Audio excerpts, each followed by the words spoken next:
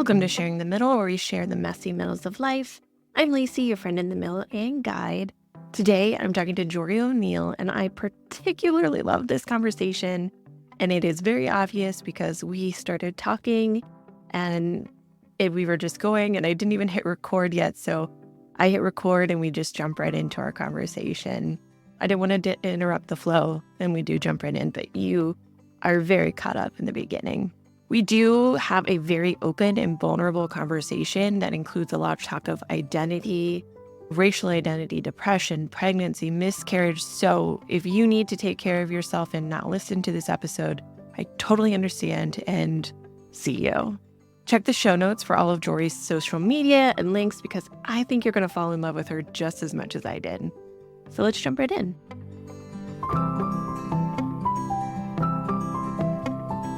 Well, welcome, Jori. Thank you so much for joining me. Why don't you just take a quick minute to introduce yourself to our listeners? Absolutely. My name is Jori O'Neal. I've been a 20-year educator. I'm an author, a writer, and most recently bestselling author of the book More Than Enough, The Silent Struggle of a Woman's Identity. I am the proud wife to one amazing husband and the overjoyed mom to four miraculous children. I'm super excited to be here to share my story, to share the messy middle that I've been through, and hopefully it'll give people courage and joy to endure the middle that they're going through as well.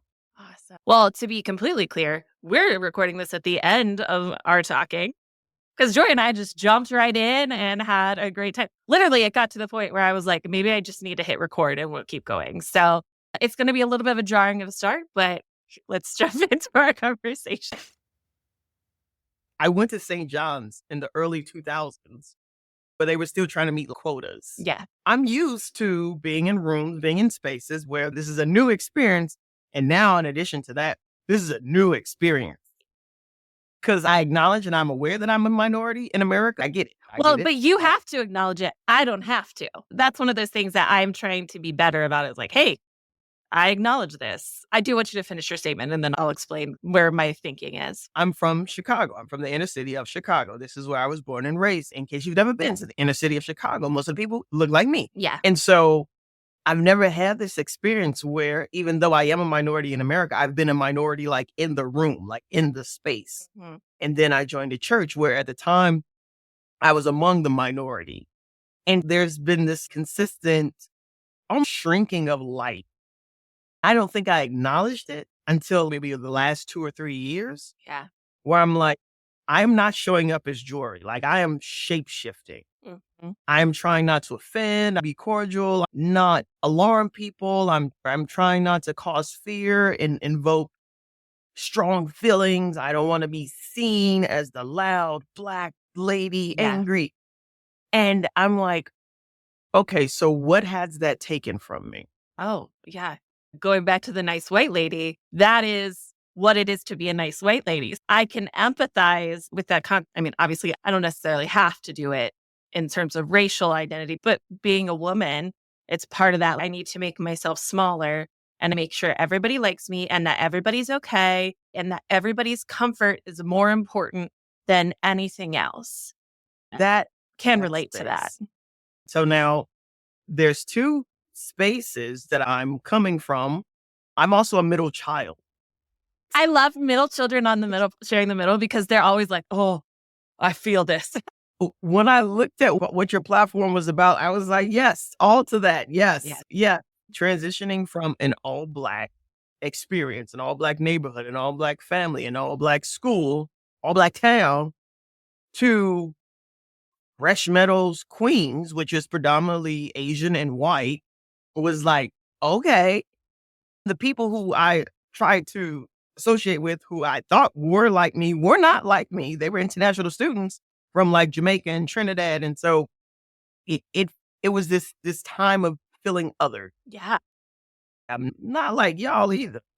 I look like y'all, but I'm not like y'all. Yeah, you guys have a completely different lived experience. I come from a low economic background. Mm-hmm. These girls, they're from Jamaica and Trinidad, had some money. Well, because if they got themselves there, the funding for that isn't as prevalent as people think it is. No, they came from nice places in Jamaica, very nice places. Yeah.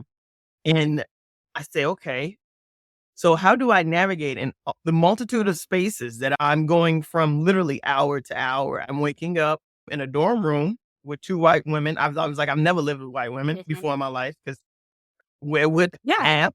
So I wake up and then I go to class and then I leave and go to the different clubs that I join and people look like me. Then I go to work and the people don't look like me. Then I go to church and the people don't look. So it Constant there was a switching. lot of identity shifting, Yeah. Yes. a lot of identity shifting. And even later on after I got married, I was like, okay, what does it mean to be like a good wife? What does that look like? Am I supposed to allow him to walk over me? Am I supposed to put my foot down? Do I take the model that I was raised seeing? Strong black women who don't need no man. I'm like, but if I didn't need a man, why did I get married? Do I then become like a doormat and then he just does whatever? Yeah. And I turn a blind eye and pretend I don't see. Like, there has to be, right? Like a Absolutely. middle. There has to be a middle. And getting to that middle has been messy. Well, yeah. In my marriage, as a parent, being pregnant 7 times in 7 years. Oh, you just made my stomach roll.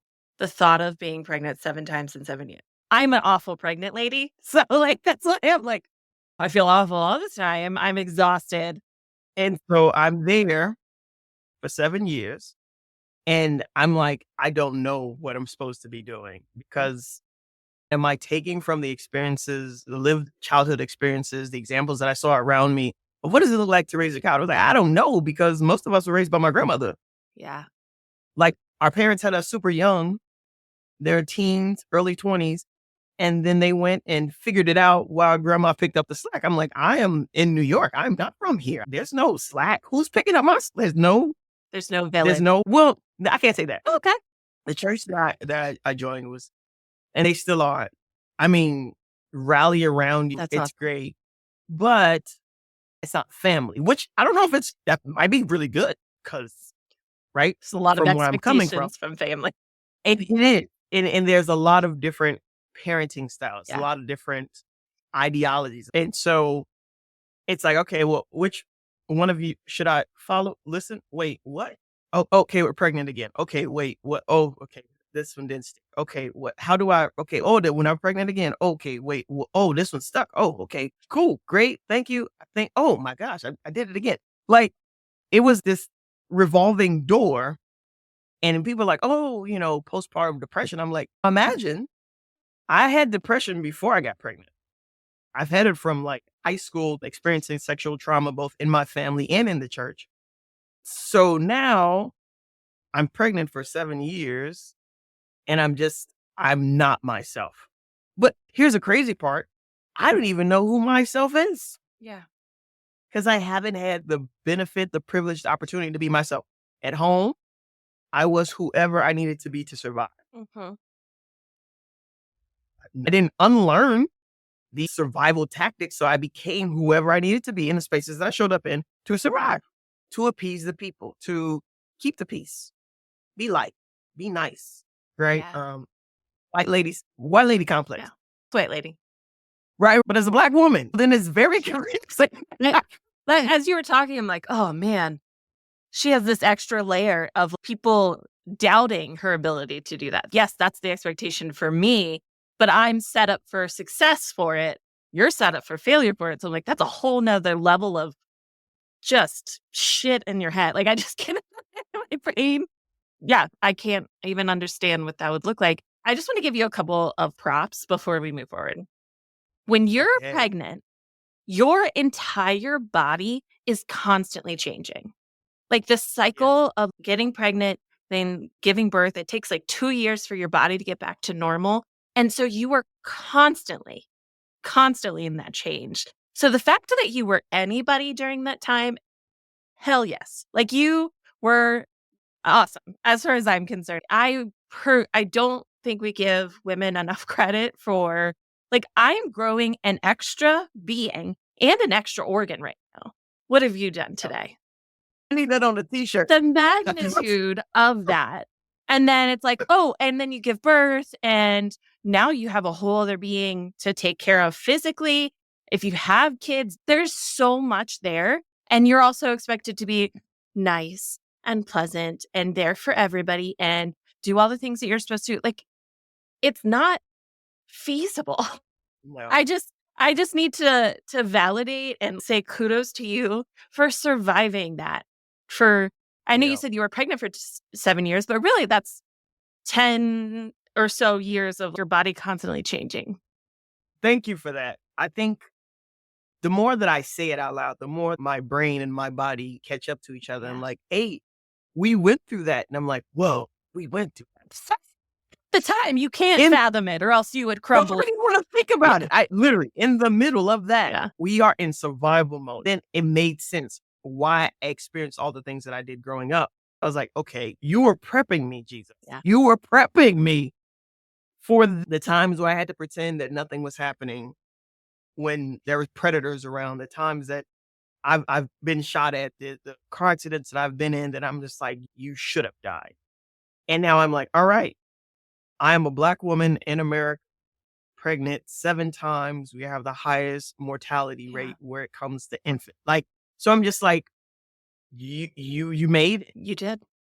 You made it.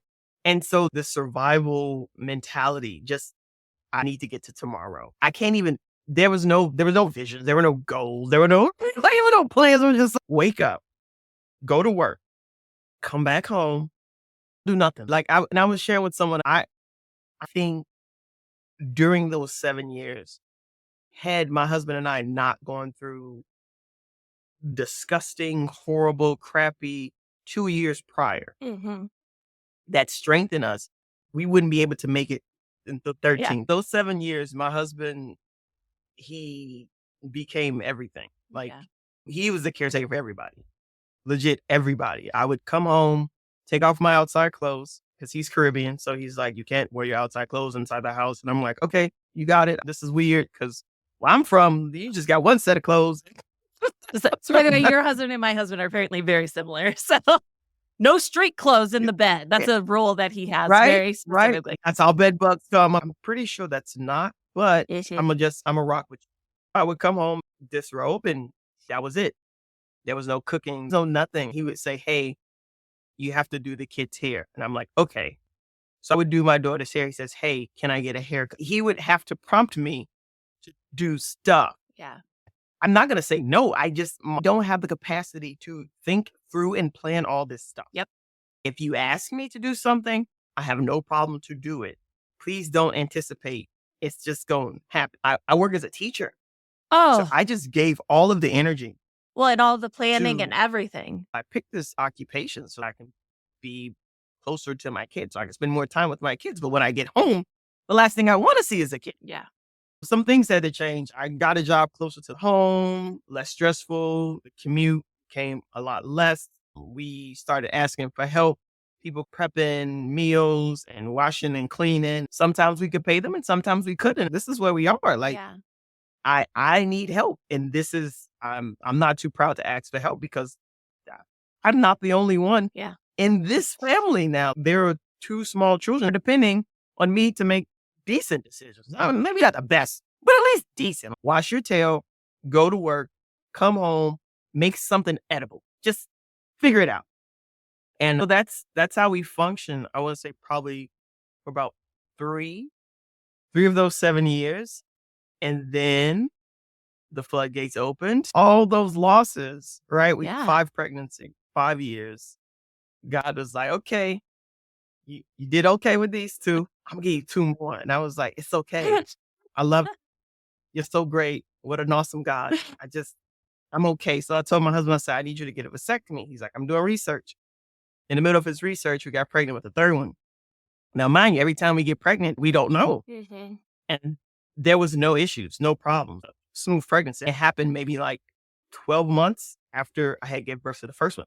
Uh-huh. So now I got to say like almost Irish twins type Yep. situation. Daughters are a year apart, Yep. legit a year apart. And then it happened again. And I say, oh, I think we broke the code. I think we figured this out. We got a good thing going. Yeah. I said, babe, you going to get a vasectomy? He's like, I'm still doing research. I'm like, you've been researching for 2 years, sir. I'm going to tell you a secret. Your research sucks. You're a bad researcher. Yeah. You are not drawing any conclusions. So then after that, they were like, oh, you can never have vaginal birth. And I said, why? Mm-hmm. Like, oh, because of the C-section. I said, lies you tell. Yep. But then they were like, but you didn't give your body enough time to heal. I was like, listen, I'm not planning none of this. I'm just enjoying my husband. I was on birth control. I didn't like it. It did weird things to my body. So we ain't doing that. They're like, IUD. You ain't sticking nothing up me because from my homies over here, you do that and you still get pregnant anyway. You ain't about to, nope, we ain't doing that. They're like, oh, do you want a patch? I don't want, no hormones, bro. Yeah. No hormones. They're like, rhythm method. I say, that's the problem. We got good rhythm. We got great rhythm. So that's not working. That I'm not wasting good stuff. All right. I'm not doing it. So we just going to let the chips fall where they may. And so after I consulted with my doctor, the 4th C-section, I said, listen, I need help.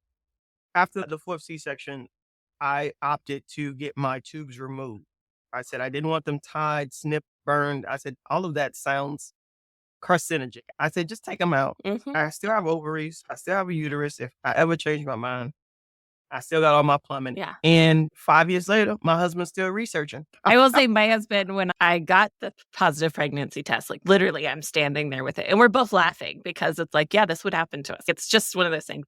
He gets really quiet and he's like, this can't happen again. I'm like, yeah, you're going to get a vasectomy because obviously I am too much of a wild card. It won't happen to you. It will happen to me, but it won't happen to you. But that's the partnership. Yeah. Yes. We are so excited to do our first Joy Ripple shout out. It's to the Colette Louise Tisdall Foundation for their incredible work helping families deal with high risk and complicated pregnancies, NICU stays, and loss. They have an amazing event coming up on November 14th, Night at the Races, and you can visit their website to learn more. A Joy Ripple shout out is something that anyone could do to spread a little joy, whether it's just donating to the Joyful Support Movement or to have a Joy Ripple read off on a podcast or in our social media. Head to joyfulsupportmovement.com/support to get started. Go there, spread some joy, check out the Colette Louise Tisdall Foundation. My youngest is now 5 and my oldest is 2. Okay. And I think one of the questions that you didn't ask, but it was on. We just dove in. I like it. I like the organicness of Yeah. it. I think probably the most tumultuous time for me was figuring out my identity. I can't pinpoint when it began, the shape shifting and hiding. I think probably with a couple therapy sessions, maybe we can pinpoint it, but I'm going to say maybe like early adolescence.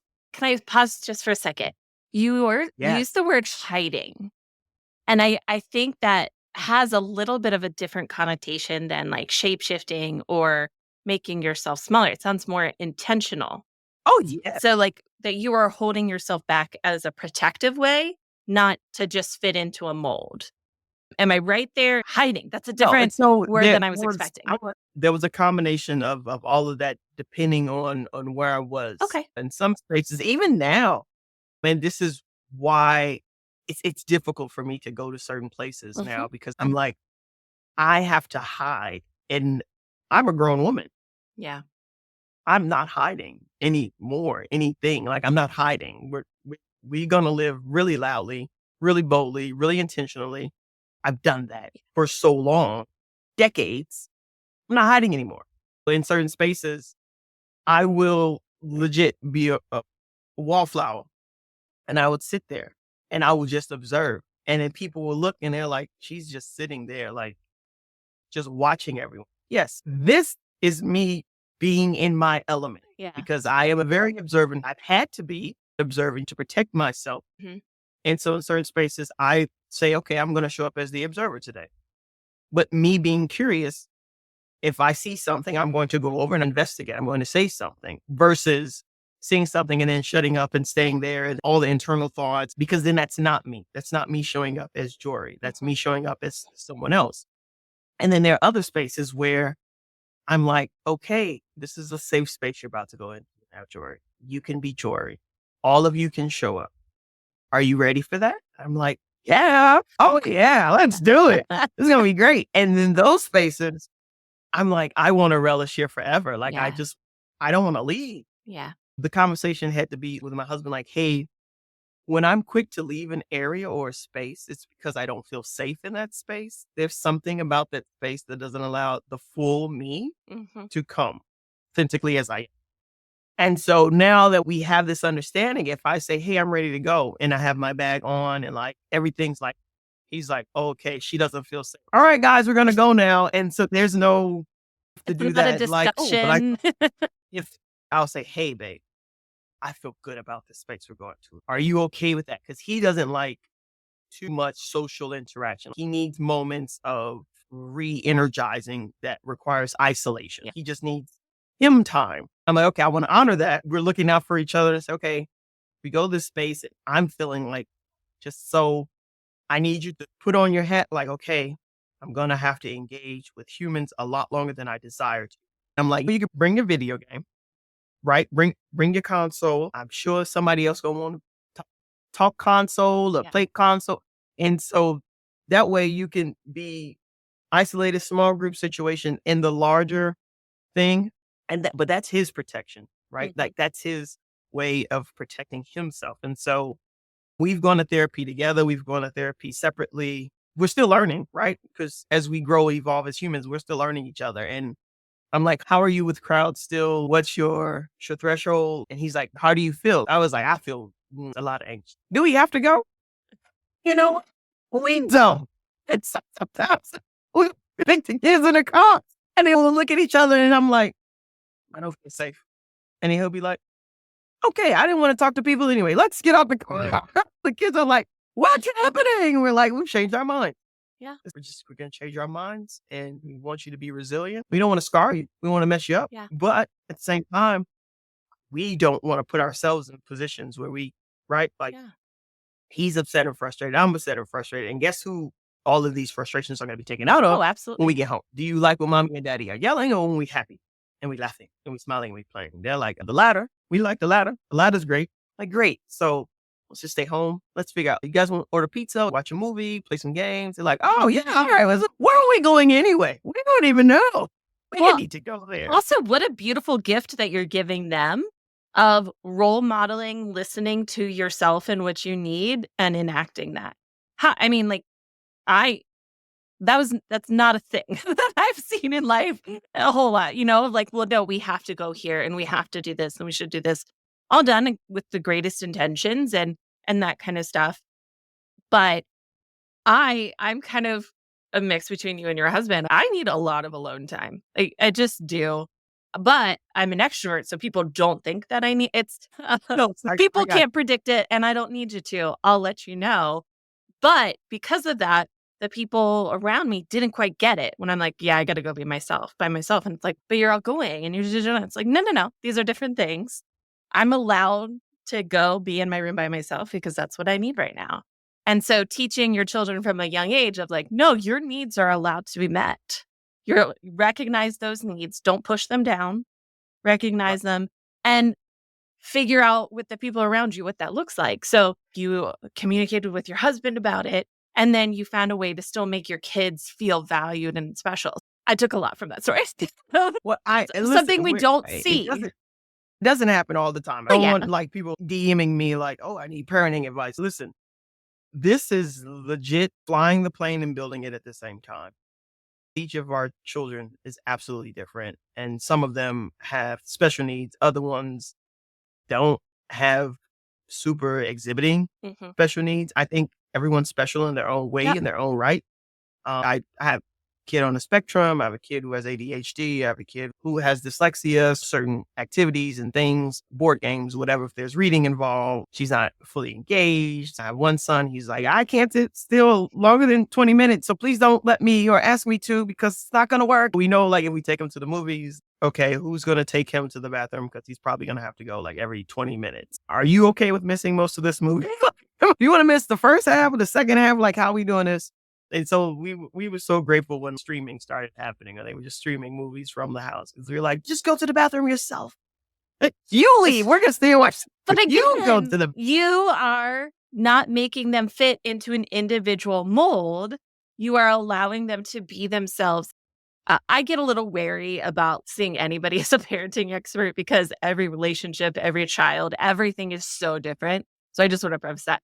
But there are little things that you said that I'm like, oh, that's what I'm trying to do. I'm trying to let my kid be who they are and communicate that with me. Especially chronic illness has taught me that there is not one size fits all when it comes to making life accessible.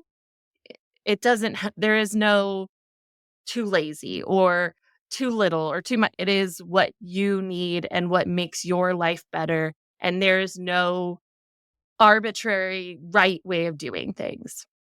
I love that you said, well, we've got all these different situations going on. Awesome. The different situations, you're trying to meet everybody where they're at so they can succeed the best they can. And going back to the nice white ladiness that I was saying earlier, that's not a thing in white culture. A lot of times it's a single story, a single narrative of, well, this is how you should be. This is how you should do things. One of the things that I'm learning so much is that those shoulds are not helping anyone. So why No. are we ascribing to them? I think, but this is still something that I'm unlearning. Part of this unlearning, and I thought, okay, well, I went into the self-development space and I was just like, okay, well, what does it mean? What lies am I telling myself? What limits am I putting on myself? Right? All the words, all the Tony Robbins fairy phrases and whatnot. And what I'm learning is that like a lot of self-development is not catered toward Black trauma. Well, no, because it's a bunch And of mostly white dudes, but there's some white ladies thrown in there. right, men's and ladies. And so there's another layer of not just, okay, well, do you have scarcity mindset? Okay, well, why do I have scarcity mindset? Is it because I lived in lack? Because I've been taught legitimately that lack is good, lack is safe, lack is predictable, Ooh, lack is okay. where we live. So lack is comfortable. And so human body, the human mind, we're always going to go back to our comfort zone. Mhm. So you grew up in lack. Okay, not only did you grow up in lack, but you were trained to like embrace lack. To that lack is comfortable. That scarcity is comfortable. It is a warm, weighted blanket that is thrown over me and makes me feel safe. The idea that that is something that I have to fight through, in addition, now take on this new identity. Remember, we talked about I shapeshift and Yeah. all the identities. And so now I'm like, okay, well, is this me shape shifting? Like, where is reality? Where is limitless beliefs and mindset? Where's the line? Where's the landing pad? Where are we starting from? What's point zero of this? Are we trying to raise expectations or are we trying to raise just our threshold? Like, hey, it's not okay because you weren't created for scarcity. You may have been in scarcity. You may have been raised in scarcity, but scarcity is not the way that God created you to be. I have to go down before I can go up. I have to do a lot of what's this? What's that? Why? Is it true? Is it true? Is this true? And now, not only is it true, but is it true for me? That's where I've had a lot of just like, all right, these things happen to you. Where's their preparation on the back end before this occurred? And if not, then what is this setting you up for in the future? And so I'm into like connections. Like I'm before it was because I was in survivor mode. Everything was segmented. Mhm. Everything was compartmentalized, right? My therapist, she was like, "You have OCD." I'm like, "Yes, if you grew up where I'm from, you would have it too." I am aware. She's like, "But it shows up differently." I'm like, "Very aware of this. I'm glad you gave me language to describe how I literally have had to live for the first 30 years of my life. Thank you so much." Kudos. I said, "Now what are we doing?" She's like, "Oh, well, I don't know because this is different. This, you're not familiar with Black trauma. Black trauma is a little different. It is normalized. And then when you go and visit your home, people, oh, I went back home and was re-triggered from the trauma of everybody living in scarcity. And they think this is okay. This is good. This is fun. This is fine. We've lived this for generations. Yeah, but Yeah. and so then there's this other idea of, well, we have to prove, we have to. And when people start saying should and have to, Well, I'm like, well, I have a mug that I made for myself that says, stop shoulding all over yourself. It's my number one word of nope, I'm not allowed to say should. Shoulds are bad. I'm like, all right. And I keep finding myself in these institutions and in these spaces where, oh, you should. But should I though? Every like, well, you should, where you have to. Like, the mom was like, no, I don't know what this is, but I don't like it already. You haven't even explained anything. But the fact that you led with those words, I don't even like it. And so what it's done is caused me to be more in touch with my feelings, to be more intentional about how I show up, where I show up, and who I'm showing up with. Because not all people are created equal. So best friends that I've had 30 years shouldn't necessarily be the same best friends that I have now because I'm not that same human. Yeah. The more I talk to people, the more I'm like, oh, our interests are not aligned. Like, we don't want the same things. I want the world to be a better place, not just my family. Yeah. I don't want people to think highly of me and oh, I'm amazing and I have all this money and we go on all these vacations and we purchase all this nice stuff. You can't take that with you. Yeah. When you die, no one's going to be like, oh, the couch. Oh my gosh. Wow. Like no one's no one's going to go. If someone is like, you know what? She had a really nice couch. I actually would really enjoy that, but it's because they sat on my couch and they enjoyed it and they were there and they were able to be comfortable. So even as you were saying that, I'm like, well, I would like that. But then the more I thought about it, I'm like, oh, that's because of all the other stuff attached to it, not the actual owning of the couch. That will never be in anyone's obituary. So now I'm kind of requesting it be in mine because I would love to be like, Lacey's couch is a place we always came and sat. I do want to get back to your original point because I do genuinely agree with you of those values of it's not about what I have, but it's about the life that I've lived and the contributions I've made to the world and that kind of stuff. I wholeheartedly agree that it's very hard when you get in a conversation with somebody that you've known your whole life and you're like, oh, you genuinely mean the stuff. Okay. I have friends that I've been friends with for 30, 33, 35 years. Yeah. And I know I'm only 25. So how in the world?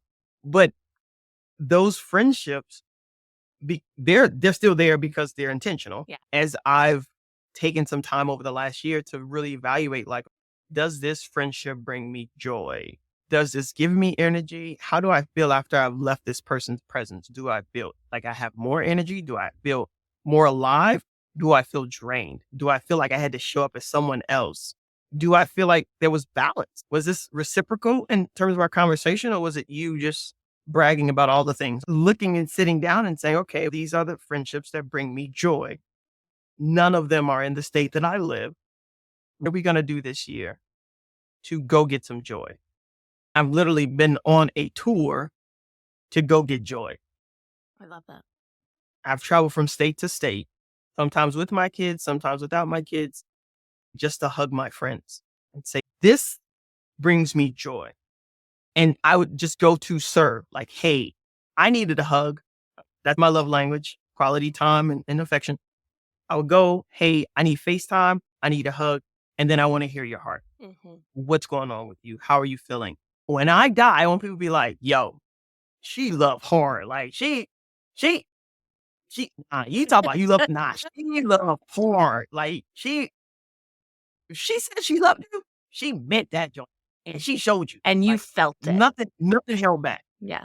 So we are almost to the end of our time. I have really loved our conversation. It's given me life. I'm in a much better place than I was when we first started talking. I love your intentionality and that you are paying attention to yourself. I don't think people do that very often. And I think that is something for us all to learn from you. I just think it's really awesome. Amen. Well, thank you for having me. This was fun, unconventional in all the right ways. And I felt safe. That is very important to me. Thanks for sharing the middle with me. As always, I hope you've been able to see a little bit of yourself in the story we shared today. Don't forget to follow, share, rate, review, and follow me on social media at Lacey Shares. You can always check out the Joyful Support Movement at joyfulsupportmovement.com and see all of the amazing goodness we have there, like No Shame in the Home Game, Pops of Joy, courses, resources, and of course, the Joyful Support Village. All right, now go out there and spread some joy.